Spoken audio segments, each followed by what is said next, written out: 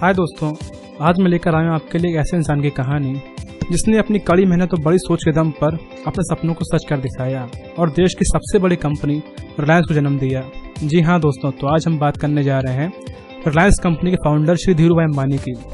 दोस्तों, धीरूभाई अंबानी का जन्म गुजरात के एक छोटे से गाँव चोरवाड़ में हुआ था और उन्होंने अपने गाँव के स्कूल से ही अपनी 10वीं तक की पढ़ाई पूरी करी थी।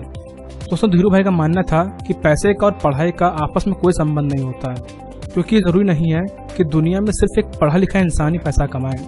इसी सोच के साथ धीरूभाई सिर्फ 17 साल की छोटी सी उम्र में नौकरी करने के लिए अदन चले गए।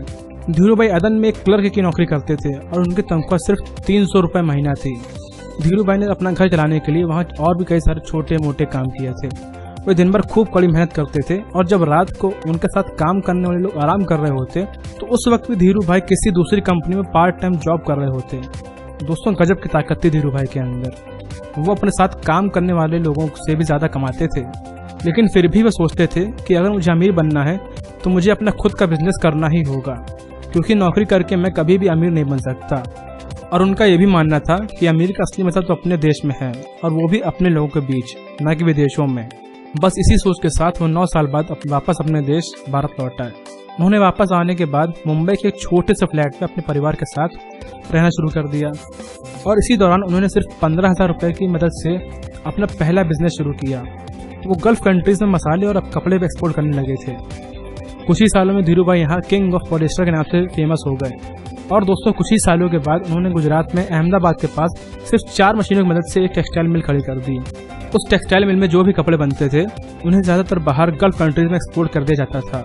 उनके इस एक्सपोर्ट बिजनेस की वजह से उन्हें खूब फायदा हो रहा था और तो और बाहर के देशों का पैसा हमारे देश हिंदुस्तान में आ रहा था, जिसकी वजह से हमारा देश और भी अमीर बनता जा रहा था। लेकिन धीरूभाई को अपने बिजनेस में काफी परेशानियों का भी सामना करना पड़ा था। जब उन्हें अपने बिजनेस को और बड़ा करने के लिए पैसों की जरूरत पड़ी तब उन्हें कई सारी बैंकों से लोन मांगा, पर किसी भी बैंक ने उन्हें लोन नहीं दिया। लेकिन धीरूभाई भी कहाँ हार मानने वाले थे। कुछ ही दिनों बाद वो अपनी कंपनी रिलायंस के 28 लाख शेयर स्टॉक मार्केट में लेकर आए और करीब 50,000 से भी ज्यादा लोगों ने उनकी कंपनी के शेयर्स खरीदे और वो सभी लोग रिलायंस के बिजनेस पार्टनर बन गए। दोस्तों, 25 सालों के अंदर ही रिलायंस का टर्नओवर 60 लाख रुपए से बढ़कर 150 करोड़ रुपए हो गया था, जबकि देश की दूसरी टेक्सटाइल कंपनियों को 100 करोड़ का टर्नओवर करने में भी 100 साल से भी ज्यादा का समय लग गया था। दोस्तों, धीरूभाई के बारे में एक किस्सा बड़ा मशहूर है। जब धीरूभाई अपने बिजनेस के सबसे सफल लोगों में गिने जाते थे तब उनसे मिलने कुछ लोग आए और उन्होंने धीरूभाई से उनकी कामयाबी का राज पूछा। तब धीरूभाई ने उनसे एक सवाल पूछा कि आप लोगों को इस वक्त मेरे पीछे क्या दिखाई दे रहा है। तो उन सभी लोगों ने कहा कि आपके पीछे तो हमें बस एक दीवार दिखाई दे रही है। तब धीरूभाई ने मुस्कुराते हुए कहा कि मुझे दीवार नहीं दिखाई देती, मैं हमेशा दीवार के उस पार देखता हूँ। दोस्तों, धीरूभाई के कहने का मतलब यह था कि लाख समस्या होने के बावजूद भी वो समस्याओं पर ध्यान नहीं लगाते थे। उनका ध्यान तो बस उन समस्याओं को सुलझाने में लगा रहता था और उन समस्याओं को सुलझने के बाद उनसे होने वाले फायदों पर होता था। दोस्तों, धीरूभाई ने पेट्रोलियम रिफाइनरी खोलने का सपना तभी देख लिया था जब वो अदन में 300 रुपये महीने की नौकरी कर रहे थे। किसी ने शायद सच ही कहा है, टाटा या बिरला बनना काफी मुश्किल है, पर धीरूभाई अंबानी बनना और भी ज्यादा मुश्किल है। दोस्तों, धीरूभाई एक बात हमेशा कहते थे, बड़ा सोचो, तेजी से सोचो और सबसे पहले सोचो, क्योंकि सोच पर सिर्फ किसी एक इंसान का अधिकार नहीं होता। और धीरूभाई की इस बड़ी सोच ने आज रिलायंस को इंडिया की सबसे बड़ी प्रॉफिट मेकिंग कंपनी बना दिया।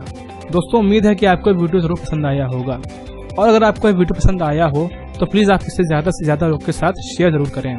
और अगर आप हमारे आगे आने वाले हर वीडियो को देखना चाहते हैं तो हमारे चैनल को जरूर सब्सक्राइब करें। तब तक के लिए good bye and thanks for watching the video.